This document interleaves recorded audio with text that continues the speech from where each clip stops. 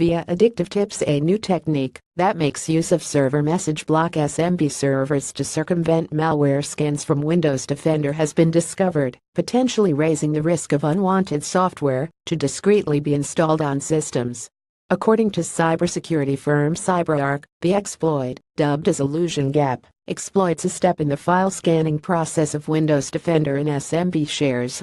It starts by the attacker convincing a user to execute a file in a malicious SMB server under their control. When this is done, Windows will typically ask for 2 copies of the executable, first to launch the program and create a process for it, and second for Windows Defender, which it scans for malicious content. This is where the problem comes in.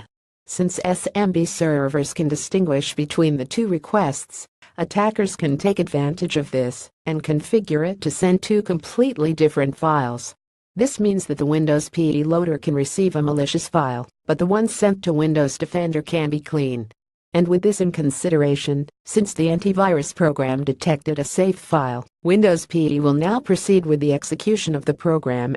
Obviously, this bypass technique could lead to more exploits in the future. CyberArk forwarded the issue to Microsoft, which did not see any area of concern. Thanks for your email. Based on your report, successful attack requires a user to run trust content from an untrusted SMB share backed by a custom server that can change its behavior depending on the access pattern. This doesn't seem to be a security issue, but a feature request which I have forwarded to the engineering group. Thanks again for reporting security issues to Microsoft responsibly, and we appreciate your effort in doing so.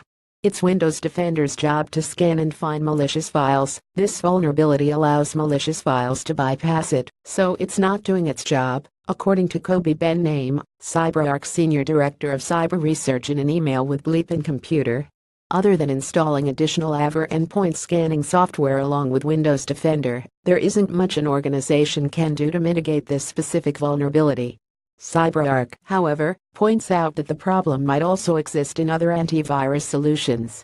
This area has not been explored yet by the firm. All things considered, it is always best to be careful of the files we open or programs we execute, as these potentially contain malicious code that can pose problems for our PCs. Doing this alone could already go a long way, no matter the antivirus program installed. Source: CyberArk via Bleepin Computer.